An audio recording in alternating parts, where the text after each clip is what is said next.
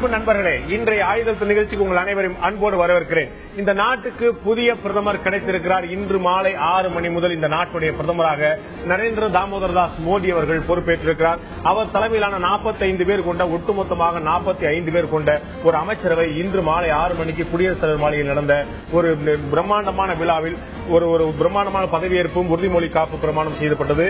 45 பேர் கொண்ட அமைச்சரவை சிறியதாக இருந்தாலும் கூட 4000 பேர் முன்னிலையில் இந்த உறுதிமொழி எடுக்கப்பட்டது.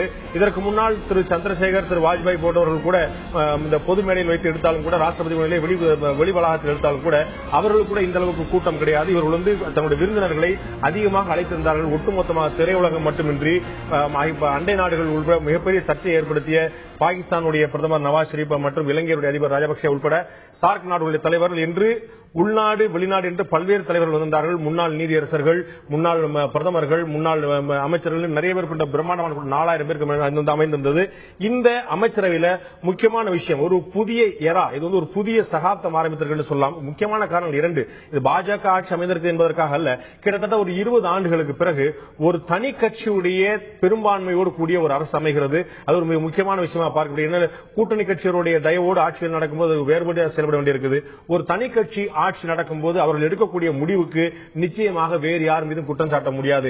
இதே முன்னாடி 2004 வரை இருந்த தேசிய ஜனநாயக கூட்டணி ஆட்சியில் கூட அவர்கள் சொல்ல பல விஷயங்கள் கூட்டணி நிர்பந்தம். 2004 பிறகு 10 ஆண்டுகள் தொடர்ச்சியாக இருந்த யூபி ஐக்கிய முற்போக்கு கூட்டணி அரசியல் கூட பல குறைபாடுகள் சுட்டிக்காட்டப்பட்ட போது அவர்கள் சொன்ன விஷயம் கூட்டணி நிர்பந்தம். இந்த கூட்டணி நிர்பந்தம் இந்த முறை கிடையாது. தனிப்பெரும்பான்மையோடு பாஜக ஆட்சி இருக்கிறது. இருந்தாலும் கூட தேசிய ஜனநாயக கூட்டணியோட அமைச்சரவை தான் அமைந்திருக்கிறது. ராம்விலாஸ் பாஸ்வான் உட்பட, சந்திரபாபு நாயுடு கட்சி உட்பட, தெலுங்கு தேசம் கட்சி உட்பட ஒரு கூட்டணி அமைச்சரவை தான் அமைத்திருக்கிறார் நரேந்திர மோடி அவர்கள். இந்த கூட்டணி அமைச்சரவை, மோடியுடைய இந்த புதிய தர்பார், இந்த அமைச்சரவை சொல்லக்கூடிய செய்தி என்ன? குறுகிய ஒரு சிறிய அரசாங்கம், சிறந்த நிர்வாகம் என்ற அவருடைய முயற்சி எந்த அளவுக்கு சாத்தியப்படும்? இவர்கள் முன்னால் இருக்கக்கூடிய சவால்கள் என்ன? கடந்த ஐக்கிய முற்போக்கு கூட்டணி அரசு மீது சாட்டப்பட்ட குற்றச்சாட்டுகளுக்கு மீறி இவர்களால் சிறப்பாக செயல்பட முடியுமா? அல்லது அதே குற்றச்சாட்டுகள் இவருக்கும் ஆளாவா? பல்வேறு கேள்வி வெளியிட்டன. இதை பற்றி தான் இன்றைய ஆயுதத்தில் நிகழ்ச்சியில் விவாதிக்க இருக்கிறோம். இந்த விவாதத்தில் நம்முடைய காங்கிரஸ் கட்சியுடைய முன்னாள் தலைவரும் முன்னாள் மத்திய அமைச்சருமான திரு தங்கபால் அவர்கள் நம்ம இணைந்திருக்கார். அதேபோல மூத்த ஐஏஎஸ் அதிகாரி, ஓய்வு பெற்ற திரு ஐஏஎஸ் திரு தேவசகாயம் அவர்கள் நம்ம இணைந்திருக்கார். அதேபோல மூத்த பத்திரிகையாளர் திரு சத்தியமூர்த்தி அவர்கள் நம்ம இணைந்திருக்கார். இவர்கள் மட்டுமல்லாமல் பாஜகவுடைய தேசிய செயலாளர் டெல்லியிலிருந்து, தலைநகர் டெல்லியிலிருந்து பாஜக மாநில செயலாளர் திரு KT ராகவன் நம்ம இணைந்திருக்கிறார். உங்கள் 4 பேரும் இந்த நிகழ்ச்சிக்கு வரவேற்க நண்பர்களே. நான் முதல்ல திரு தங்கபால்கிட்ட இருந்து இந்த விஷயத்தை ஆரம்பிக்கிறேன். இந்த விவாதத்தை மோடியுடைய அமைச்சரவை, இதுல ஒரு முக்கியமான விஷயம் எல்லாரும் சொன்னது, அவரே கூட நேற்று இரவு அவருடைய குஜராத் பவன்ல ஒரு அறிக்கை வெளியிடப்பட்டது. ஒரு சிறிய அமைச்சரவை, சிறந்த நிர்வாகம் அப்படிங்கறத என்னுடைய அடிப்படையான தன்மையா பார்க்கிறேன். அதற்கான ஏற்பாடுகள் செய்யப்பட்டிருக்கு சொன்னாங்க.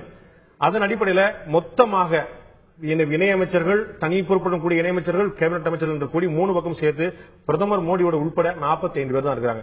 இந்த இறுதியான அந்த உறுதியான முடிவு காங்கிரசால் எடுக்கப்படவில்லை.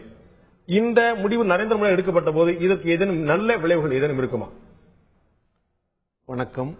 முதலில் இன்றைக்கு புதிதாக பொறுப்பேற்றிருக்கின்ற சகோதரர் மோடி அவர்களுக்கும் அவருடைய அமைச்சரவைக்கும் என்னுடைய சார்பில் நல்வாழ்த்துக்களை தெரிவித்துக் கொள்கிறோம்.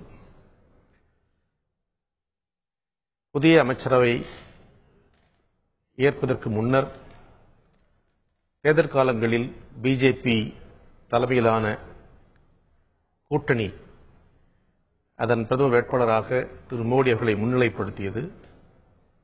பல்வேறு கோஷங்களை, பல்வேறு திட்டங்களை காங்கிரஸ் கட்சிக்கு மாற்றாக கொண்டு வருவோம் என்று மக்களிடத்திலே வாக்குறுதி அளித்திருக்கிறார்கள்.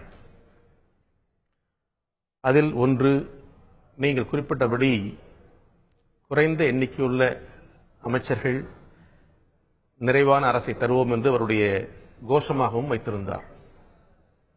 ஆனால் குறைவான எண்ணிக்கையுள்ள அமைச்சரவை என்று இதை சொல்ல முடியாது. அதிகபட்சம் 15 விழுக்காடு 75 நபர்கள் அதிலே அங்கம் பெறலாம். இன்றைக்கு 45 அமைச்சர்கள் அதிலே அங்கம் பெற்றிருக்கிறார்கள். 24 கேபினட் அமைச்சர்கள் அங்கம் பெற்றிருக்கிறார்கள். இருந்தாலும் அவர் குறிப்பிட்டபடி ஒரு செய்தியை இன்றைக்கு நிறைவேற்றி காட்டியிருக்கிறார். 75 பேரை முழுமையாக நிறைவேற்றாமல் 45 பேர்களை முதலாக இன்றைக்கு அறிவித்திருக்கிறார். இது அமைச்சரவை அமைக்கும் நேரத்தில் பிஜேபி தன்னுடைய கட்சியை பார்க்க வேண்டும். தன்னோடு உடன் பணியாற்றிய தோழமை கட்சிகளை பார்க்க வேண்டும் என்ற அடிப்படையில் இன்றைக்கு 45 பேர் அங்கம் பெற்றிருக்கிறார்கள். ஒவ்வொரு கூட்டணி கட்சியும் தங்களுக்கு தேவைகளை தெளிவுபடுத்தியிருப்பார்கள், அது வேறு விஷயம். ஆனால் இந்த 45 எண்ணிக்கை என்பது இறுதியானது என்று திரு மோடி அவர்கள் இன்னும் விளக்கவில்லை. நாட்டு மக்கள் சொல்ல வேண்டும். ஆனாலும் புரிஞ்சுக்கிறேன், கொண்டு வருமுறேன் சார் சொல்ற போல 45 அப்படிங்கிறது இறுதியானது அப்படின்னு சொல்லி மோடி சொல்லவில்லை அப்படின்னு சொல்லிட்டு இப்படி ஒவ்வொரு விஷயத்துக்கும் அப்படி சொல்ல முடியுமா, இதை முடிஞ்சு வச்சு இதுக்கப்புறம் கிடையாது சொல்லி சொல்ல முடியுமாங்கிற ஒரு கேள்வி எழுந்திருக்கு. ஏன்னா 5 ஆண்டுகள் வரைக்கும் எப்படினாலும் மாற்றப்படலாம். ஆனால் நேற்று அவர்கள் மூலமா அறிவிக்கப்பட்ட ஒரு அறிவிப்பு, அவருடைய அறிக்கை தெளிவா சொன்னது. சிறிய அரசு அப்படிங்கிறது உறுதியா இருக்கும். இப்ப 75 அமைச்சர்கள் வரைக்கும் வைக்க முடியும் அப்படிங்கும்போது 45 அமைச்சர்கள் வரைக்கும் வச்சிருக்காங்க. இந்த சிறிய அமைச்சரவைங்கிறது ஒரு எஃபெக்டிவா இந்த அளவுக்கு குறைவான ஆட்களோடு இருக்கும்போது எஃபெக்டிவா முழுமையான எஃபர்ட்டை பயன்படுத்தி செயல்பட முடியுமா, அல்லது ஒரு விரிவான அரசாங்கம் நம்ம நிறைய மாநிலங்கள் இருந்தா நிறைய நிர்வாகம் பண்ண முடியும்னு சொல்றோம். அது மாதிரி நிறைய அமைச்சர்கள் இருந்தா தெளிவான நிர்வாகம் பண்ண முடியுமா, இல்லாட்டி சிறிய அமைச்சர்கள் இருந்தாலே நல்ல நிர்வாகம் பண்ண முடியுமா? இந்த மாதிரி சிறிய பல துறைகளை ஒன்றிணைச்சு இது பண்ணி ஒரு ஜாயின் பண்றது இது முதல் முறை இல்லை. இந்திரா காந்தி அவர்கள் 1980 2வது முறை, அதாவது எமர்ஜென்சிக்கு அப்புறம் வரும்போது இதே மாதிரி பண்ணாங்க. எல்லா டிரான்ஸ்போர்ட் மினிஸ்ட்ரி, எனர்ஜி மினிஸ்ட்ரிலாம் இன்டகிரேட் பண்ணாங்க. இது என்ன நடக்குதுன்னா, ஒரு சிங்கிள் பார்ட்டி மெஜாரிட்டி வரும்போது இந்த மாதிரி அரசாங்கம் உருவாக்கலாம். ஆனா கூட்டணி வரும்போது உடனே அது உடைஞ்சு போகுது. என்ன அரசாங்கம் நிர்வாகத்துக்காக வேண்டிய அமைச்சரவை இருக்காது, கட்சிகளுக்கு எப்படி பதவி கொடுக்கணும்னு வந்துடும். அதனால பிரிச்சு உடைச்சு ஒவ்வொரு மினிஸ்ட்ரியும் பல தடவை உடைப்பாங்க. இவங்களுக்கு நல்லாவே தெரியும். அதனால நிர்வாகம் கான்செப்ட் இந்த இடம் ஒரு பார்ட்டிக்கு ஃபுல் அப்சல்யூட் மெஜாரிட்டி வந்திருக்கு, அவங்க கூட்டணிக்கு நல்ல மெஜாரிட்டி இருக்கு. அதனால இந்த சின்ன அமைச்சரவை அமைச்சிருக்காங்க. 2வது பாயிண்ட் முக்கியமான என்னன்னா, மோடிக்கு அஜெண்டா என்ன? அதாவது வளர்ச்சி, fast growth, development and governance, நிர்வாகம். அதுக்கு இந்த மந்திரி சபை அந்த அவருக்கு அஜெண்டாக்கு இது பெர்ஃபார்ம் பண்ண முடியுமாங்கிறது இப்ப சொல்ல முடியாது. ஆனா அந்த லிஸ்ட பார்க்கும்போது இதுல எக்ஸ்பீரியன்ஸ் ரொம்ப குறைவு. கவர்னன்ஸ்க்கும் அட்மினிஸ்ட்ரேஷனுக்கும் கொஞ்சம் எக்ஸ்பீரியன்ஸ் வேணும். ஸ்டேட் கவர்மெண்ட் எக்ஸ்பீரியன்ஸ் போதாது, சென்ட்ரல் கவர்மெண்ட் எக்ஸ்பீரியன்ஸ் வேணும். அதுல எக்ஸ்பீரியன்ஸ் உள்ளவங்க 5-6 பேர் தான் இருக்காங்க. அது கொஞ்ச நாள் முந்தி வாஜ்பாய் கவர்மெண்ட்ல இருந்தவங்க தான்.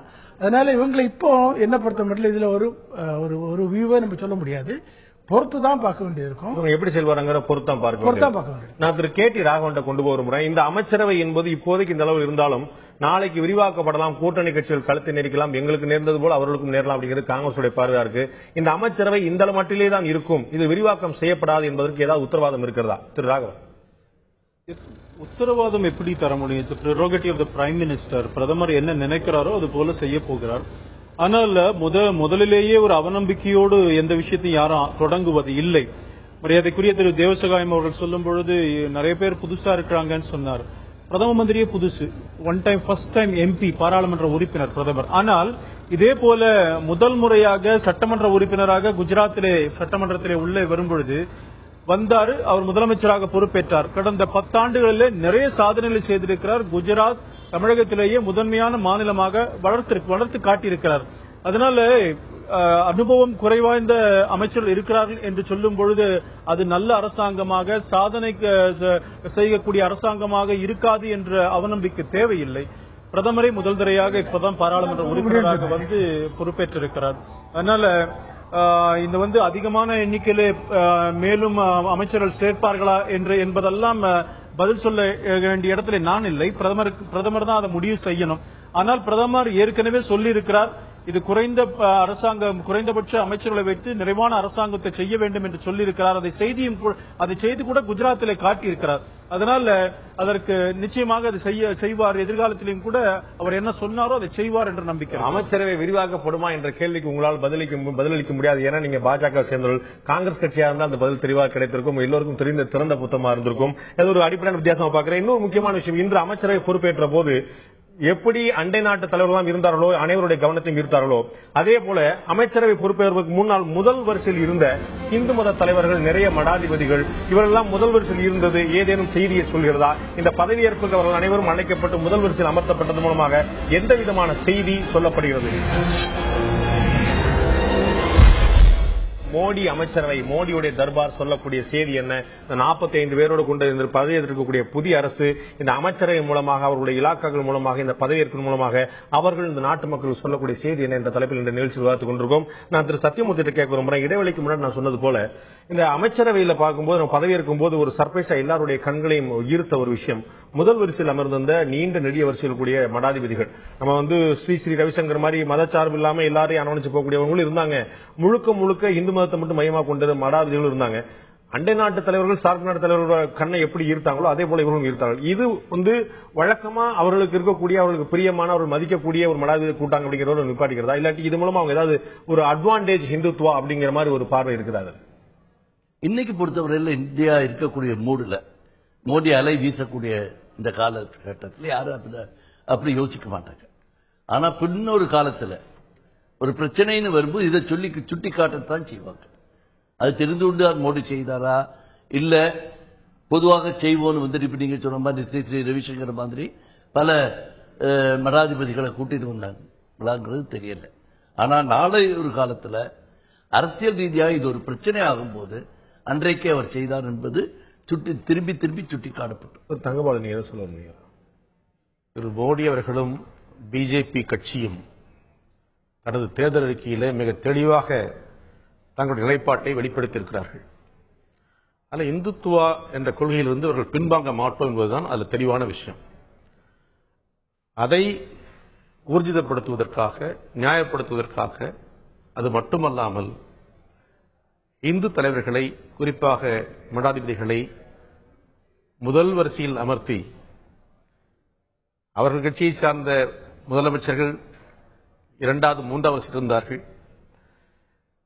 இன்னும் சொல்லப்போனால் அவருடைய தோழமை கட்சியான சந்திரபாபு நாயுடு 3வது தான் இருந்தார். இப்படி பல நிகழ்வுகளை அங்கு பார்த்தோம். ஒன்று தெளிவாக தெரிகிறது, திரு மோடி அவர்கள் தான் எடுத்திருக்கிற கொள்கையிலிருந்து பின்வாங்கவில்லை என்பது ஒன்று.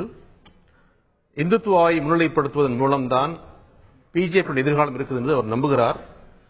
பிஜேபி நம்புகிறது, அதை முன்னிலைப்படுத்துவதுதான் இந்த செயல்பாடு என்று நான் நம்புகிறேன்.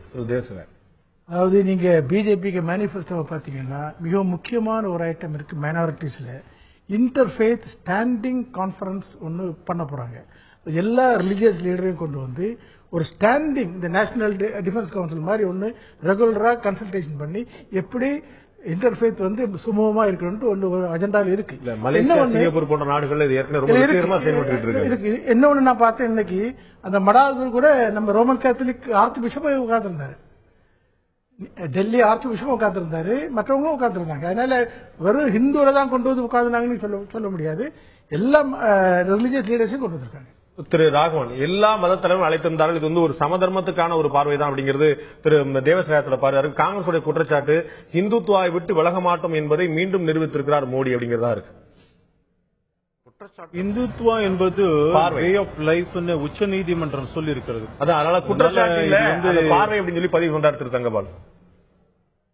இல்ல அவரு சொல்லலாம். பட் பாரதிய ஜனதா கட்சி பொறுத்த வரைக்கும் இன்றைக்கு இன்விடேஷன் எல்லாருக்கும் தான் கொடுத்திருக்கிறது. அப்படியெல்லாம் சொல்லணும்னு பார்த்தா எத்தனையோ நானும் கூட தானே இருக்கும். பார்க்கும் பொழுது அவர் சொன்னது போல, மரியாதைக்குரிய தேவசேகரம் சொன்னது போல, கிறிஸ்துவ மத குருமார்கள் இருந்தார்கள், இஸ்லாமியர்களும் இருந்தார்கள், இந்துக்கள். இதுல இப்படி பார்க்க வேண்டிய அவசியம் இல்லை. தொடங்கும் பொழுது நல்ல பார்வையோடு பார்க்க வேண்டும் என்று மரியாதைக்குரிய திரு தங்கபால் அவர்களை கேட்டுக்கொள்கின்றேன். அதே நேரத்தில் இந்து தலைவர்கள் இருப்பதனால் என்ன தப்பு? இதுல என்ன, நான் எங்களுக்கு மரியாதையா நான் ஒருத்தரோட பழகிறேன்னு சொல்லும் பொழுது ஒரு பதவி எடுக்கிற நிகழ்ச்சியில எனக்கு பழகியவர்கள், மரியாதைக்குரியவர்களை அதுல அழைப்பதில் ஒரு தவறும் கிடையாது. இதுல நீங்க மத ரீதியாக பார்க்க வேண்டிய அவசியம் இல்லை. ஹிந்துத்துவம் என்பது வாழ்க்கை முறை என்று உச்சநீதிமன்றம் சொல்லி இருக்கிறது. இதற்காக ஒரு கேஸ் நடந்து அதுல வாழ்க்கை முறை, வே ஆஃப் லைஃப் என்பது இந்துத்துவம், அது மத சார்ந்த விஷயம் அல்ல என்று உச்சநீதிமன்றம் தெளிவுபடுத்தியும் கூட விஷயம் தெரிந்த தங்கபாலு போன்ற பெரிய ஒரு தலைவர்கள் இப்படி பேசுவது ஆச்சரியமாக இருக்கிறது. ஒரு வழக்கறிஞரும் கூட இப்பொழுதும் இருக்கிறது. திரு ராகவன், நீங்க ஒரு வழக்கறிஞரும் கூட இந்துத்துவா அப்படின்னா நிச்சயமாக ஒரு வழிமுறை தான், ஒரு வாழ்வியல் முறை தான், மாற்று கருத்து இல்ல. ஆனா இந்து மதம் அப்படிங்கிறது ஒரு ரிலிஜியன் சார்ந்த, இஸ்லாம் எப்படியோ கிறிஸ்துவம் எப்படியோ மாதிரி இந்து மதங்கிற ஒரு ரிலிஜியன் சார்ந்த விஷயம் தான். அதுல நம்ம மாற்று கருத்து இருக்க முடியாது. இந்த பார்வை, இந்த சந்தேகம் மாற்று கருத்து இருக்கு எனக்கு. இல்ல இந்து மதம் என்பதுல நீங்க சொன்ன டெபினேஷன்ல எனக்கு மாற்று கருத்து இருக்கிறது. இந்து மதம்ங்கிற பெயர் இந்த மதத்திற்கு கிடையாது. இந்த மதம் பாரசீகர்களும் அவங்க வெளியில இருந்து வந்தவங்க வச்ச பேர் தானே தவிர இந்த மதத்திற்கு இந்து மதம் என்பது கிடையாது. நான் பிரிச்சு பாருங்க காரணம் சொல்லலாம். நம்ம சாக்தம் இருந்தது, வைணவம் இருந்தது, சைவம் இருந்தது, நம்ம பிரிச்சு பல்வேறு காரணம் சொல்லலாம். ஆனா ஒட்டுமொத்தமா நான் அழைக்கப்படுறதுக்கான பேர் அவ்வளவுதான். இந்தியாங்கிற பேரை இன்னொருத்தர் கொடுத்தான்னு சொல்லிட்டு சொல்லலாம், பாரதம் சொல்றதான்னு பல விஷயங்கள் போயிட்டே இருக்கும். பட் ஆனா ஹிந்து மதம் அப்படிங்கிறது இன்னைக்கு ஹிந்துங்கிற ரிலீஜன்ங்கிறது ஒட்டுமொத்தமா எல்லாரும் புரிந்து கொள்ளக்கூடியது, எல்லாரும் ஏற்றுக்கொள்ளக்கூடியது. இந்த சந்தேகம், இந்த பார்வை ஏன் வருகிறது? முதல் வரிசையில 4 மடாதிகள் இருந்தா ஒரு தப்பா அப்படிங்கிற கேள்வி நியாயமானது. ஆனா இந்த சந்தேகம் ஏன் வருகிறது? உங்களுடைய தேர்தல் அறிக்கை யாருக்கு இருக்கிறது? மன்னிக்கலாம், சொல்லுங்க சொல்லுங்க. இல்ல முதல் வரிசையில நம்ம இந்து மதத்தில் உட்கார்ந்து இருக்கிறது பெரிய சந்தேகத்துக்குரிய குற்றச்சாட்டுக்குரிய விஷயம் இல்ல. ஆனால் உங்களுடைய தேர்தல் அறிக்கையில ஆர்டிகல் 370 மீண்டும் கொண்டு வர முயற்சி பண்ணுவோம், அதே போல பொது சிவில் சட்டத்தை கொண்டு வர முயற்சி பண்ணுவோம், அதே மாதிரி ராமர் கோயில் கட்டுவதற்கான முயற்சி பண்ணுவோம் என்றெல்லாம் ஏற்கனவே தொடர்ந்து ரொம்ப காலமா சொல்லப்பட்டு இப்போது வளர்ச்சி அரசியலை நீங்க முன்னெடுத்தீங்கன்னு சொல்லிட்டு பிரச்சாரம் முழுக்க வளர்ச்சி அரசியலா சொல்லப்பட்டு, ஆனா தேர்தல் அறிக்கை ஆவணப்பூர்வமா எழுதப்படும் போது இந்த மூன்றும் அப்படியே இருக்குதுன்னு சொல்லும் போது இந்துத்துவால இருந்து நீங்க மாறல அப்படிங்கிற தங்கபால் சொன்னால என்ன தவறு இருக்கு? நான் என்ன கேக்குறேங்க, தங்கபாலு அவர்கள், மரியாதைக்குரிய தங்கபாலு அவர்கள் அமைச்சராக இருந்திருக்கிறார். அரசியல் அமைப்பு சட்டத்தின் மீது சத்திய பிரமாணம் எடுத்து அமைச்சராகினார். அதே அரசியல் அமைப்பு சட்டத்தினுடைய 44வது ஷரத்து டைரக்டிவ் பிரின்சிபல் ஆஃப் ஸ்டேட் பாலிசில இந்த நாட்டில் இருக்கிற அத்தனை பேருக்கும் பொதுவான சிவில் சட்டம் கொண்டு வர வேண்டும் என்று சொல்லப்பட்டிருக்கிறது. அதை அரசியலமைப்பு சட்டத்தில் சொன்னதை நாங்கள் செய்வோம் என்பது எப்படி சட்டவிரோதமாகும், அரசியல் சட்டத்துக்கு விரோதமாக மாறும். அதே போல அரசியலமைப்பு சட்டம் 370 பற்றி சொல்லுகிறீர்கள். அதுல நீங்க கூட கூகுள்ல சர்ச் பண்ணி பாருங்க, பிடிஎஃப் ஃபைல்லே வரும். கான்ஸ்டிடியூஷன் ஆஃப் இந்தியா புக் எடுத்து பாருங்க. அரசியலமைப்பு சட்டம் 370 பற்றி சொல்லும் பொழுது மேல இட்ஸ் a temporary provision மேலே வரும். சோ அரசியலமைப்பு சட்டத்தில் என்ன சொல்லி இருக்கிறதோ அதைத்தான் நிறைவேற்றுவோம் என்று சொல்லுகிறோமே தவிர நாங்கள் பாரதிய ஜனதா கட்சி புதிதாக கண்டுபிடித்த விஷயம் அல்ல. இது கான்ஸ்டிடியூவன்ட் அசெம்பிளி, அரசியல் நிர்ணய சபையிலே மரியாதைக்குரிய அம்பேத்கர் அவர்கள் இதை பற்றி விவாதிக்கும் பொழுது இந்தியாவிலே 90% சட்டங்கள் அத்தனை மதத்திற்கும் சமமாக இருக்கிறது. 10% தான் எதுன்னு சொன்னா திருமண சட்டங்கள், வாரிசுரிமை சட்டங்கள். இதை தவிர அத்தனை சட்டங்களும் இந்துக்களுக்கும் கிறிஸ்தவர்களுக்கும் இஸ்லாமியர்களுக்கும் இந்தியாவிலே ஒரே சட்டமாகத்தான் இருக்கிறது. அதனால இது அரசியலமைப்பு சட்டத்திலே 44வது சட்டத்திலே கொண்டு வர வேண்டும் என்று டாக்டர் அம்பேத்கர் தலைமையில இருந்து அந்த டிராப்டிங் கமிட்டி முடிவு பண்ணது. இதை பிஜேபி சொல்லுது. இது எப்படி அரசியல் சட்டத்திற்கு விரோதமாக மாறும் என்று சொல்லுங்கள். அதே போலதான் இடஒதுக்கீடு கூட ஒரு தற்காலிக ஏற்பாடாக அறியப்பட்டது. ஆனா எத்தனை வருடம் 65 ஆண்டுகளா தொடர்ந்து இருக்கிற மறந்துட முடியாது. திரு தேவசாயம், நம்ம 5 பேர்ல நான் மாத்திரம் தான் கிறிஸ்டியன் மைனாரிட்டி. மைனாரிட்டி இஷ்யூ ஒரு கருத்து சொல்ல விரும்புறேன். இந்த டிபேட்டை இதோட விட்டுருவோம். டிவியில இது ரொம்ப ஆழமான பெரிய சப்ஜெக்ட். இது செப்பரேட்டா உட்கார்ந்து டிஸ்கஸ் பண்ண வேண்டியது. இந்த இதுல நீங்க டிபேட் பண்ணி நானும் சந்தோஷமா இருப்பேன். மைனாரிட்டி சொல்லி நீங்க கொண்டு வர டிபேட்ல நீங்க எந்த ஜாதி எந்த மதம் பார்த்து இந்த டிபேட்ல இது வேண்டாம்னு சொல்றேன். அதான் நீங்க இங்க அழைக்கப்பட்டது ராகவன் இந்து என்பதற்காகவோ நீங்கள் கிறிஸ்துவர் என்பதற்காக இங்க அழைக்கப்படாது. அது பற்றி சொல்லல. இந்த டிஸ்கஷன் இதோட ஒரு விஷயம் சொல்லலாமா? ப்ளீஸ். அதாவது இந்தியாவிலே கோவா மாநிலத்திலே 35% கத்தோலிக்க கிறிஸ்துவர்கள் இருக்கிற கோவா மாநிலத்திலே பாரதிய ஜனதா கட்சியின் ஆட்சி நடக்கிறது. அந்த கோவா மாநிலத்திலே பல்லாண்டு காலமாக பொது சிவில் சட்டம் அமலிலே இருக்கிறது. அதை கொஞ்சம் நினைவுபடுத்த விரும்புகிறேன். அங்கெல்லாம் பிரச்சனை வரல. இந்தியா முழுக்க என்ன பிரச்சனை வரும்? இன்னும் 10% 90% சட்டங்கள் எல்லாருக்கும் பொதுவாகத்தான் இருக்கிறது. திரு தங்கபாலு அவர் சொல்ற ஏற்கனவே அமல்ல இருக்கக்கூடிய ஒரு விஷயம். இது ஏற்கனவே அவங்களுடைய கட்சி சார்பாக அதிகமான இடஒதுக்கீடு எல்லாம் கொடுத்திருக்காங்க. அவங்க முதலமைச்சர்ல இருந்து பல பேர் அது மாதிரி இருக்காங்க. இதுல என்ன உங்களுக்கு குற்றச்சாட்டு வந்துருச்சு அப்படிங்கிறது அவங்களுடைய கேள்வியா இருக்கு. இன்றைக்கு பிஜேபி அரசாங்கம் புதிதாக தேர்ந்தெடுக்கப்பட்டுள்ள அமைக்கப்பட்டுள்ள திரு மோடி தலைமையிலான அரசாங்கம் என்ன செய்ய போகிறது என்பதை பற்றி நாம் பேசுவோம். திரு ராகவன் அவர்கள் நல்ல வழக்கறிஞர். அவர் சொல்ல கருத்தை பற்றி பேச வேண்டும் என்றால் திரு தேவசாயம் குறிப்பிட்டதை போல அதற்கு தனியாக நாம் பேச வேண்டும். பொது சிவில் சட்டம் வேண்டுமா வேண்டாமா என்ற விவாதத்தை தனித்த முறையிலே 12 மணி நேரங்கள் பேச வேண்டும். ஏன் இதை நம்ம பேசுறோம் அப்படின்னா உங்களுக்கே நல்லா தெரியும். அவங்க தேர்தல் அறிக்கையில் மட்டுமல்ல அவங்களுடைய அரசு தான் அமைந்திருக்குது. இங்க கூட்டணியோட அரசு இருந்தா நம்ம திமுக சொல்றது போல நான் இருக்கக்கூடிய அமைச்சர்கள் மதச்சார்பின்மை தான் இருக்கும், மதச்சார்பு இருக்காதுன்னு சொல்லுவாங்க. அது மாதிரி ஏதோ ஒரு கூட்டணி நிர்பந்தம் வந்தால் சில விஷயங்கள் செய்ய முடியாமல் போகலாம். இப்ப அவங்களுக்கு தனி பெரும்பான்மை அரசாங்கம் இருக்கும்போது அவர்கள் இது போன்று செய்யக்கூடிய வாய்ப்புகள் இருக்கிறது அப்படிங்கிறது கேள்வி. இப்பொழுது திரு மோடி தலைமையில் அமைக்கப்பட்டுள்ள அரசாங்கத்தில் பிஜேபி கட்சி தனிப்பெரும்பான்மை கட்சியாக வந்திருக்கிறது. அவர்களுக்கு வாழ்த்துக்கள். அது ஒரு நல்ல பண்பாடு கூட. இந்திய மக்கள் ஒரு தனி கட்சிக்கு வாய்ப்பு கொடுத்திருக்கிறார்கள். அதற்கு பல காரணங்களில் அவர்கள் சுலபமாக தங்கள் கருத்துக்களை வலிமையாக சொல்ல முடியும், நிறைவேற்ற முடியும். அதற்கு வாய்ப்பு உண்டு. இருந்தாலும் இன்றைக்குள்ள சூழ்நிலையில் வெறும் நாடாளுமன்ற மக்களவையை மட்டும் வைத்துக் கொண்டு அரசியல் நடத்த முடியாது, சட்டம் இயற்ற முடியாது. நாடாளுமன்ற மேலவை இருக்கிறது, அங்கு பல்வேறு விதமான நிலைமைகள் இருக்கிறது. ஆகவே அது காங்கிரஸ் கட்சி இருந்த போதும் அந்த நிலை இருந்தது, இப்பொழுது பிஜேபி இருக்கிற போதும் நிலை இருக்கிறது. ஆகவே எந்த ஒரு சட்டத்தையும் தன்னிச்சையாக பிஜேபி அரசாங்கம் எடுத்துவிட முடியாது. உங்களுக்கு மெஜாரிட்டி இருக்குங்கிறதுக்காக சந்தோஷப்பட்டுக்காங்க. இல்ல ராஜ்யசபா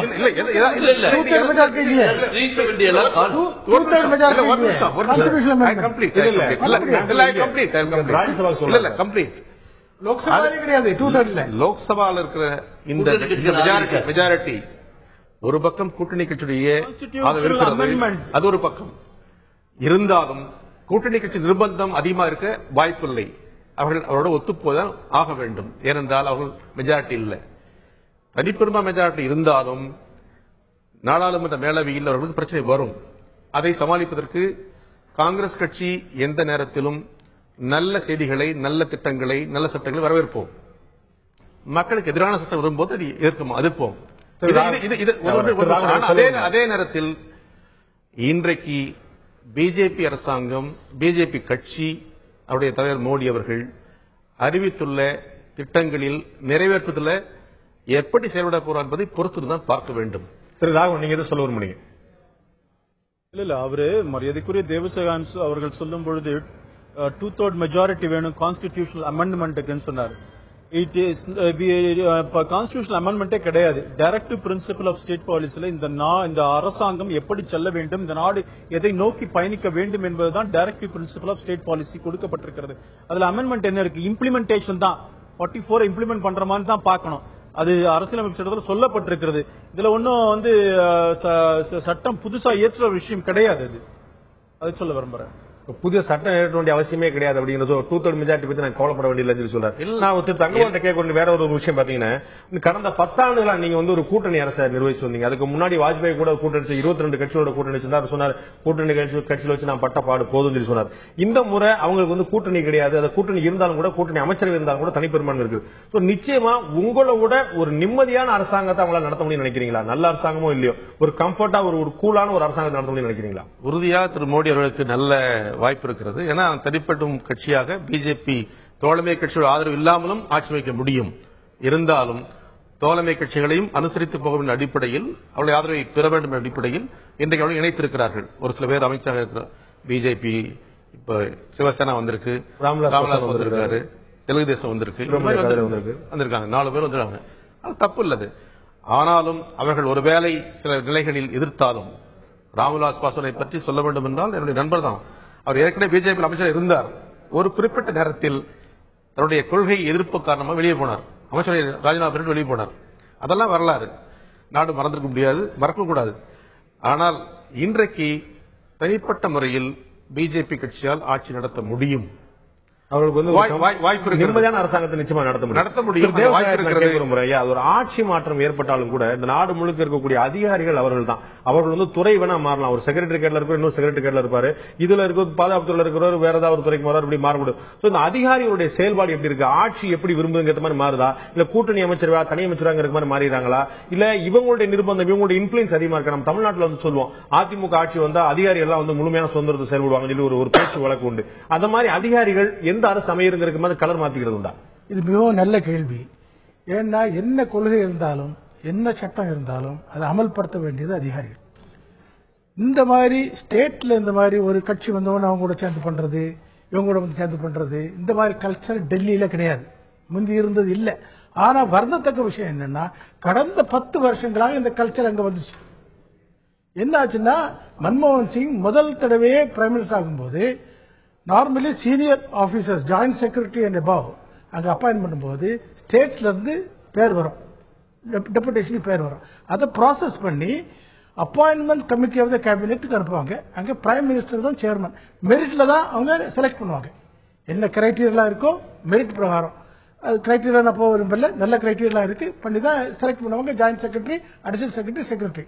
ஆனா பிகாஸ் அந்த 2004 அந்த கோயலிஷன் பாலிட்டிக்ஸ் ரொம்ப மோசமா வந்ததுனால மன்மோகன் சிங் என்ன சொன்னாருன்னா, அந்த மினிஸ்டர் எந்த டிபார்ட்மெண்ட் எந்த மினிஸ்டர் சொல்றாரோ அவங்கள தான் நாங்க சீனியர் ஆபீசர்ஸா போடுவேன்னு சொல்லிட்டாரு. அதனால அதிகாரிகள் வந்து முதல்ல மினிஸ்டருக்கு பின்னால சுத்த ஆரம்பிச்சாங்க. கம்ப்ளீட் பண்றேன் சுத்த ஆரம்பிச்சு அவங்களோட ரெக்கமெண்டேஷன் கொண்டு வந்து இப்படியே ஸ்லோவா மாறி சென்ட்ரல் கவர்மெண்ட்லயே இன்னைக்கு ஒரு கமிட்டட் பியூரோக்ரசி மாதிரி மாறிச்சு. இந்த இப்போ வந்து இண்டிபெண்டா மெஜாரிட்டியில வந்திருக்கிறதுனால மோடி குஜராத்ல வேற என்ன பண்ணாரோ பண்ணலையோ, மோடிக்கு ஒரு ரெப்புடேஷன் என்னன்னா குஜராத்ல ஆபீசர்ஸுக்கு இண்டிபெண்டன்ஸ் கொடுத்து அவங்களுக்கு செயல்பட பண்ணாரு. சென்ட்ரல் கவர்மெண்ட்ல அந்த மாதிரி இப்போ அந்த கல்ச்சர் இப்ப இல்ல. இந்த கல்ச்சரை மோடி அனைவருமே திருப்பி கொண்டு வரதுக்கு வாய்ப்பு இருக்கு.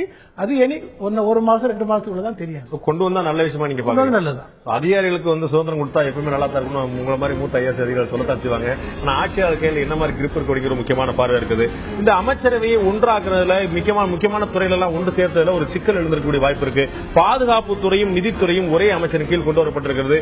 அந்த இரு பெரும் துறையில இருக்கக்கூடியது வந்து ஒரு சாதாரண போக்குவரத்து துறை மாதிரி தரைவழி போக்குவரத்து கப்பல் போக்குவரத்து ஒன்னா சேர்த்துங்கிற மாதிரி விஷயம் இல்ல. பாதுகாப்பு வேற ஒரு முக்கியமான துறை, நிதி வேற முக்கியமான துறை. இந்த இரண்டையும் ஒன்னா கொண்டு வந்திருக்காங்க. இது எப்படிமான விஷயமா ஒரு எப்படிப்பட்ட விளைவுகள் ஏற்படுத்தும்? இன்னொரு முக்கியமான விஷயம், சுகாதாரத்துறை இரண்டாக பிரித்திருக்கிறார்கள். குழந்தைகள் நலனுக்கும் பெண்கள் நலனுக்கும் தனியாக பிரித்திருக்கிறார்கள். இப்போ ஒன்னா சேர்க்கலாம் அப்படிங்கும் போது சுகாதாரத்துறை ஒட்டுமொத்தமா ஒன்னா வச்சிருக்கணும். இந்த மாதிரி பிரிவு வந்து எதை காட்டுது? கட்சிகளுக்குள்ள மற்றவங்களுக்கு வாய்ப்பு கொடுக்கணுங்கிறக்காவா, இல்லாட்டி மோடியுடைய மனநிலை முழுமையாக செயல்படுத்தப்பட்டிருக்கிறதா?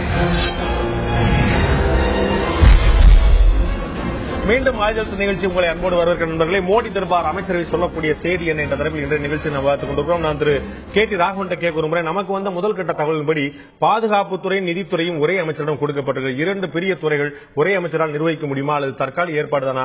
மீண்டும் முதலிலே சொன்னது போல அமைச்சரை விரிவாக்கம் காத்திருக்கிறதா என்ற கேள்வி எழுந்திருக்கிறது. அதேபோல சுகாதாரத்துறை ஏற்கனவே கடந்த அமைச்சர்களுக்கு சுகாதாரத்துறை 2ஆக பிரிவிட்டிருந்தாலும் கூட இப்போது அமைச்சரவை எல்லாம் சேர்த்து ஒன்னா கிளஸ்டர் அடிப்படையில் எல்லாத்தையும் ஒன்னாக சொல்லும் போது சுகாதாரத்துறை தனியாகவும் குடும்ப நலத்துறை தனியாகவும் பெண்கள் மற்றும் தனியாக இருக்க வாய்ப்பே இல்ல. ரெண்டும் சேர்த்து ஒன்னா ஒரே துறையா இருக்க முடியும். அதை ஏன் பிரிச்சு வச்சிருக்காங்க? இன்னொரு முக்கியமான கேள்வி, கடந்த வாஜ்பாயுடைய ஆட்சியில நதிநீர் இணைப்புக்காக சுரேஷ் பிரபு தலைவர் ஒரு மிகப்பெரிய முன்னெடுப்பு செய்யப்பட்டது. இந்த முறை நதிநீர் இணைப்புக்காக தனி அமைச்சரவை எதுவும் இருப்பது மாதிரி தெரியல. நீர்வளத்துறைக்கான அமைச்சரவை மட்டும் தான் இருக்கிறது. ஒருவேளை அதுதான் இதை பார்க்க போகிறதா? எதை சொல்ல வருகிறது திரு ராகவன்? அதாவது உங்களுடைய சோர்சஸ் செட்னு சொல்றீங்க, கேள்விப்படுகிறோம். இன்னும் பிரதமர் அறிவிக்கல. அதுக்காக நாம காத்திருக்கலாம் என்று நினைக்கிறேன். ஒரு நாள் நாளைக்கு அநேகமா யார் யார் எந்த துறைன்னு அனௌன்ஸ் பண்ணுவாங்க. ஆனா இப்பொழுதே அதற்கு நான் பதிலளிப்பதற்கு சரியாக இருக்குமான்னு எனக்கு தெரியல. அதிகாரப்பூர்வமான தகவல் தான். நாளை காலையில் நீங்க பேப்பர்ல இருந்து உறுதியான தகவல் தான் பார்க்க போறீங்க. இது வந்து எல்லாமே நமக்கு வந்து வெறும் தகவலா மட்டுமே சொல்லுது. உறுதியான தகவல் வரும்பொழுது கேட்டீர்கள் என்றால் விளக்கம் சொல்ல முடியும். ஏன்னு சொன்னால் அது உறுதியான தகவல் இல்லாத பொழுது அதற்கு நான் என்ன பதில் சொல்லுவதுன்னு எனக்கு தெரியல. ஒண்ணு. இன்னொன்னு, இப்ப சென்ற முறை சுரேஷ் பிரபு அவர்கள் தலைமையிலே ஒரு குழு அமைக்கப்பட்டது, உண்மைதான். ஆனா அது அமைச்சரவை இல்லை. அவர் வந்து பவர் மினிஸ்டரா இருந்தாரு. அதற்கு வெளியில வந்ததுக்கு பிறகு நதிநீர் இணைப்பிற்காக ஒரு குழு அமைக்கப்பட்டது. அதற்கு சேர்மனாக தலைவராக அவர் நியமிக்கப்பட்டார். அதனால நீர்வளத்துறை அமைச்சகம் இருக்கிறதுனால நதிகள் எல்லாம் இணைப்பதற்காக தனி அமைச்சகம் இருக்க வேண்டிய அவசியம் இல்லை. கடந்த முறை கூட அப்படி இல்லை. அதனால நாங்கள் ஆனா எங்களுடைய தேர்தல் அறிக்கையில் நதிகள் எல்லாம் இணைப்போம் என்று சொல்லி இருக்கிறோம். இந்த நீங்கள் கேட்ட முதல் கேள்விக்கு கொஞ்சம் பொறுத்திருக்க வேண்டும் என்பதுதான் என்னுடைய பதில். நான் திரு சத்தியமூர்த்தி கேட்க விரும்புறேன். நம்ம வந்து ஏற்கனவே பேசின போல இந்த பெரிய பெரிய துறைகள் எல்லாம் ஒரே அமைச்சர்கிட்ட கொடுக்கும்போது நிர்வாக ரீதியாக அதை முடிவெடுக்கக்கூடிய சாத்தியமா இருக்குமா? பாதுகாப்பும் நிதியும் வந்து ஒரே அமைச்சர்கிட்ட இருக்குங்கிறது அதிகாரப்பூர்வமா தகவல் தெரிவிக்கிறேன் டெல்லியில வந்து. பட் அவர் வந்து அதிகாரப்பூர்வம் வரட்டும் சொல்லி கட்சிக்காரர் சொல்றாரு, அப்படிதான் சொல்லி ஆகணும் கூட.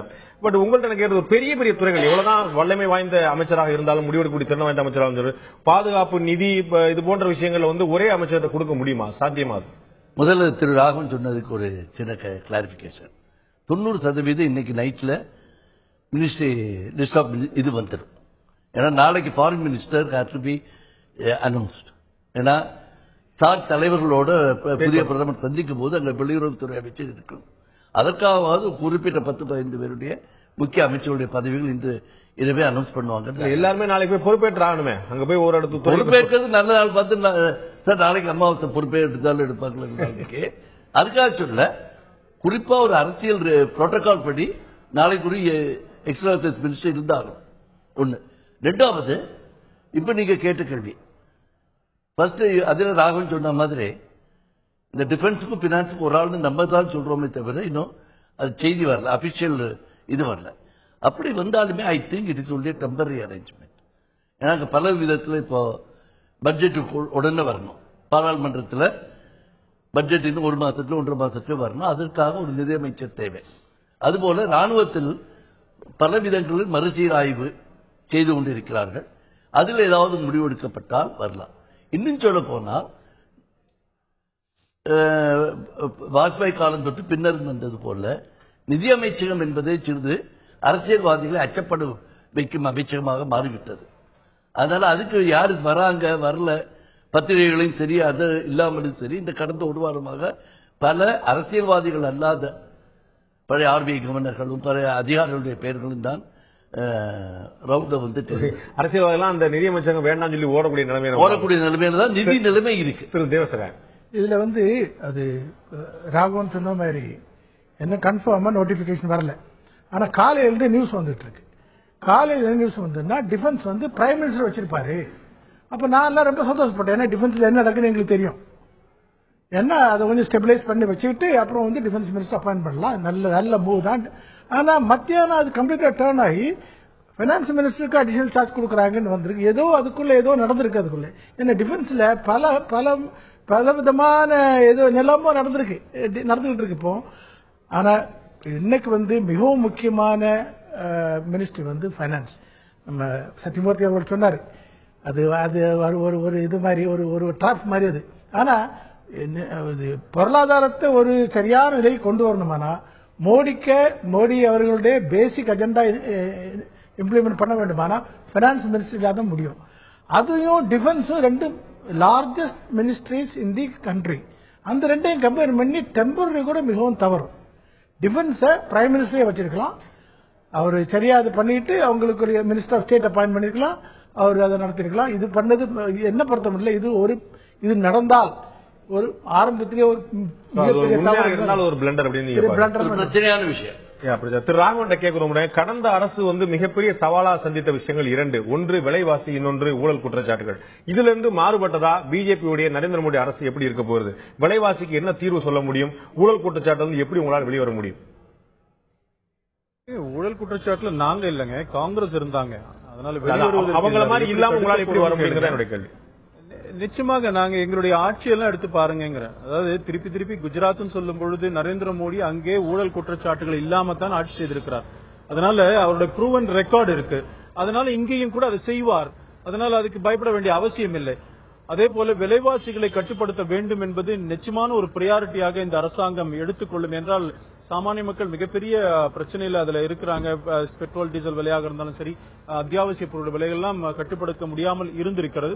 அதை கட்டுப்படுத்த நடவடிக்கை கண்டிப்பாக எடுப்பார். அதுல எங்களுக்கு நம்பிக்கை இருக்கு. திரு தங்கபால், மிகப்பெரிய பிரச்சனை நீங்க சந்திச்சது உங்களுக்கு பண்ணுவாருங்கிறதுல உங்களுடைய கட்சி மிகப்பெரிய வீழ்ச்சி அடைஞ்சதுக்கு ஒரு அடிப்படையான காரணங்கள் இந்த ரெண்டு. விலைவாசி சாமானிய மக்களை ஒரு பெரிய இன்னலுக்குள்ளாக்கிச்சு. அதே போல ஊழல் குற்றச்சாட்டுகள் மிகப்பெரிய விஸ்வரூபம் எடுத்திருந்துச்சு. ரெண்டு விஷயத்த நீ சொல்றீங்க. முதல் குற்றச்சாட்டா சொன்னது விலைவாசி உயர்வுதான். அத நம்முடைய முன்னாள் பிரதமர் டாக்டர் மன்மோகன் சிங் ஒப்புக்கொண்டிருக்கிறார். விலைவாசி உயர்வு இந்திய அரசாங்கத்தால் மட்டுமே ஏற்படுத்த முடிய விஷயமா இல்லை. ஏன்னா உலகம் தழுவிய அளவில் பொருளாதார வீழ்ச்சி, பணவீக்கம் இவைகள் அதுக்கு ஒரு காரணம், தாக்கம் இருக்கிறது. அப்புறம் பெட்ரோலிய பொருள் விலை உயர்வு, அடிக்கடி மாற்றங்கள், அது உலகளாவிய அளவில் தாக்கம் தான் அதனுடைய விளைவுன்னு நாம சொன்னோம். அதை மக்கள் ஏற்றுக்கல. மக்களுடைய விருப்பத்தை நம்ம ஒத்துக்க வேண்டிய தலைவரையும் ஏற்றுக்கிறோம். அது ஒரு விஷயம். அதை உடனடியாக திரு மோடி அரசாங்கம் நிறைவேற்றுமா, அதை இருந்து வெளிவர முடியுமா என்று போகத்தான் தெரியும். அவர்கள் அதிலிருந்து விலைவாசியை கட்டுப்படுத்தி வந்தால் அதை நான் வரவேற்போம். அது சந்தேகம் இல்லை. பெட்ரோல் விலையை தனியார் நிர்ணயிக்க, அதாவது அந்த எண்ணெய் நிறுவனம் நிர்ணயிக்கிற தாண்டி அரசாங்கம் மீண்டும் கொண்டு வருமா? அதுக்கான வாய்ப்பு இருக்கு நினைக்கிறீங்களா? பெட்ரோலிய பொருட்களை பொறுத்தவரையில் இன்றைக்கு இந்திய அரசாங்கம் சந்தித்த ஒரு மிகப்பெரிய சர்க்கிள் சொன்னால் பெட்ரோலியத்துறையில் தான் அதிகமான முதலீடுகள், இழப்புகளை நாம் சந்தித்துக்கிறோம். நிறைய எண்ணெய் நிறுவனங்களே விலை நிர்ணயம் சொல்லிட்டு நம்ம கொண்டு வந்ததுன்னா வேற வழி இல்லை. ஒவ்வொரு மாசமும் ஆயிரக்கணக்கான லட்சக்கணக்கான கோடி ரூபாய், 1.5 லட்சம் கோடி மாசத்துக்கு நமக்கு தர வேண்டிய அவசியம் வந்தது. இல்லைன்னா அந்த நிறுவனங்களே இயலாம போயிருக்கும். அப்படிப்பட்ட இழப்புகளை மத்திய அரசாங்கம் தாங்கிக் கொண்டதால், நிதியை வழங்கியதால் அந்த நிகழ்வு நடந்தது. வேறு வழி இல்லாம அந்த கொடுத்தவங்களுக்கு. உலகம் தழுவிய அளவில் அப்படிதான் நடக்குது. எல்லாம் அந்த முறைக்கு போக பார்த்தோம், நடக்கல, சரியா வரலது. ஆனா அதே நேரத்தில் இன்னொன்னு சொன்னோம், நீங்க ஊழல் குற்றச்சாட்டுகளை பற்றி குறிப்பிட்டீங்க. ஊழல் குற்றச்சாட்டுலாம் இருக்கு. இன்னும் பெரும்பான்மையான நிகழ்வுகளில் வழக்கு மற்றும் இருக்கிறது. அவங்க நீதிமன்ற தீர்ப்பு குஜராத் கலவரத்துல நரேந்திர மோடி மீது எஃப்ஐஆர் கூட கிடையாது. இல்ல, ஆனா நீங்க அப்படி சரின்னு சொல்லுவீங்களா? இல்ல, ஒத்துக்கிறேன். அரசியல் ஒத்துக்கிறீங்களா? ஒரு விஷயம், நீதிமன்ற தீர்ப்பு வந்த பிறகு திரு மோடி அவர்கள் நீதிமன்றத்தால் அவர் நிலைமை வந்த பிறகு அதை பற்றி நாங்கள் பேசவில்லை, பேச மாட்டோம். யார் பேசல? நாங்க பேசல. மனசாட்சிக்கு காங்கிரஸ்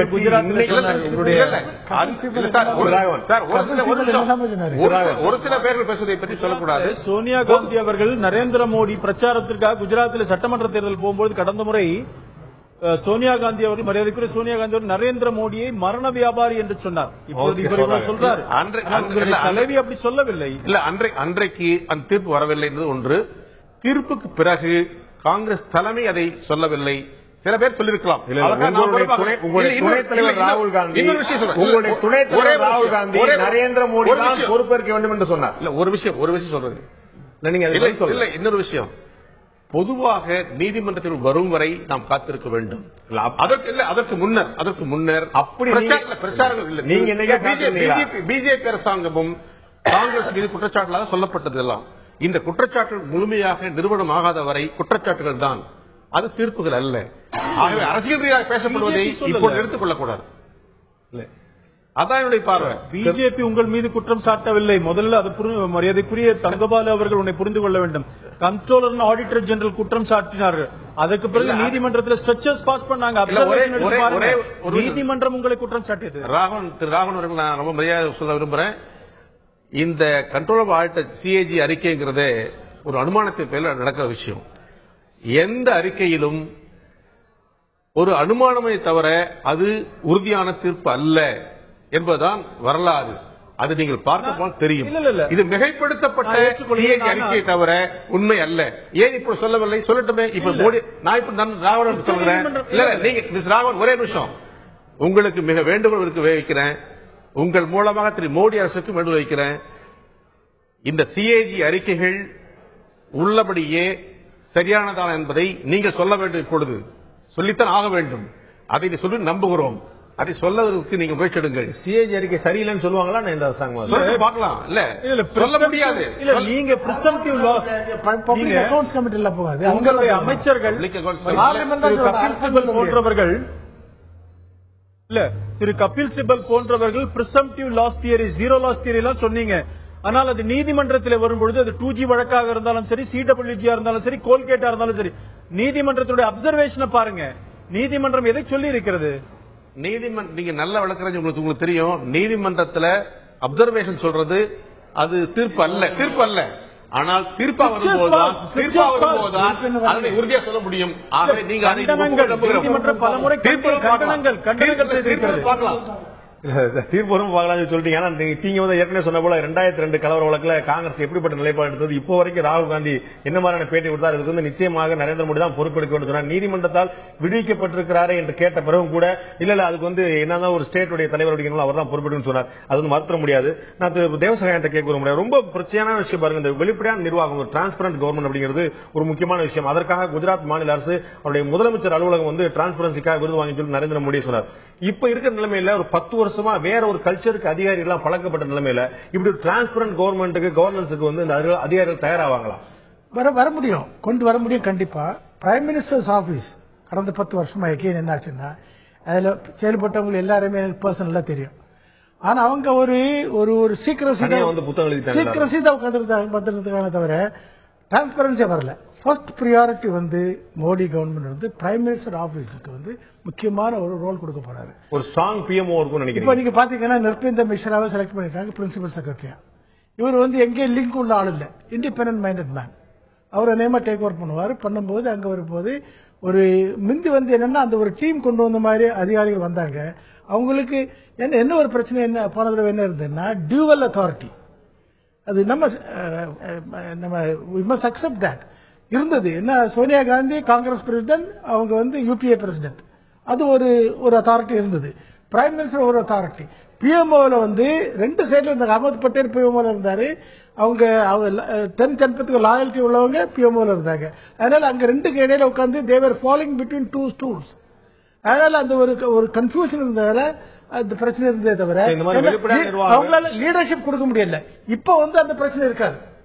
இப்ப single authority prime minister Modi, அதனால பிஎம்ஓ நல்லபடியா செயல்படுறதுக்கு வாய்ப்பு இருக்கு. சுருக்கமாக நேரம்ல திரு டாக்டர் மன்மோகன் சிங் ஆட்சி இருந்த காலத்தில் 10 ஆண்டுகளில் சோனியா காந்தி கூட்டணி கட்சி தலைவராக இருந்தார்களே வழிகாட்டு தலைவராக இருந்தார்களே தவிர எப்பொழுதும் ஆட்சியில் திரு டாக்டர் மன்மோகன் சிங் அவர்களுக்கு எந்த விதத்திலும் இடையூறாக இருந்ததில்லை. ஒன்று இடையூறாக இன்னொன்று.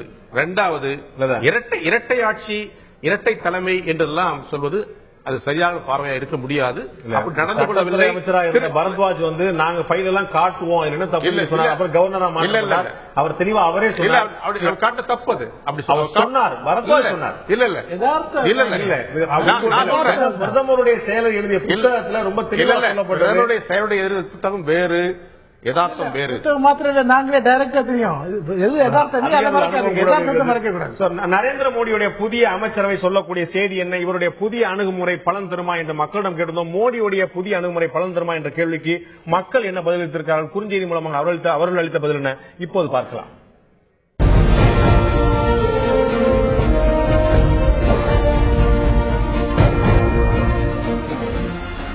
நரேந்திர மோடியுடைய புதிய அணுகுமுறை பலன் தருமா என்ற கேள்விக்கு ஆம் பலன் தரும் என்று 68% மக்களும், இல்லை இந்த முயற்சி பலன் தராது என்று 7% மக்களும், பொறுத்திருந்துதான் பதில் சொல்ல வேண்டும் என்று 25% மக்களும் தெரிவித்திருக்கிறார்கள். நம்பிக்கையோடு 68% மக்களும், நம்பிக்கையின்றி 7% மக்களும், பொறுத்திருந்து பார்க்கலாம் என்று 25% மக்களும் தெரிவித்திருக்கிறார்கள். நான் அந்த 25% மக்களோடு தான் போக விரும்புகிறேன். இன்னொரு 3 மாதம் குறைந்தபட்சம் ஒரு 6 மாதம் ஒரு அரசாங்கம் எப்படி செயல்படுது பார்க்கிறதுக்கு ஒரு 6 மாதத்தில் அது எந்த டிராக்கில் எந்த பாதையில் பயணிக்கிறது தெளிவாக தெரிந்துடும். முதல் நாள் இன்று பதவியேற்று 2 மணி நேரம் கூட முடியவில்லை. 6 மணிக்கு பதவியேற்ற அரசு 2 மணி நேரம் முடிந்திருக்கிறது. நிச்சயமாக எப்படி செயல்படுகிறது இன்னொரு 3-4 மாதம் பொறுத்திருந்து பார்ப்போம். நிகழ்ச்சியில் கலந்து கொண்டு கருத்திருந்த திரு தங்கவாள் அவர்கள், திரு தேவசகாயம் அவர்கள், திரு சத்தியமூர்த்தி அவர்கள், திரு ராகவன் அவர்கள் 4 பேருக்கு நன்றி. பார்க்க உங்களுக்கும் நன்றி நண்பர்களே. மீண்டும் இன்னொரு நிகழ்ச்சியில் சந்திப்போம். அதுவரை நன்றி, வணக்கம்.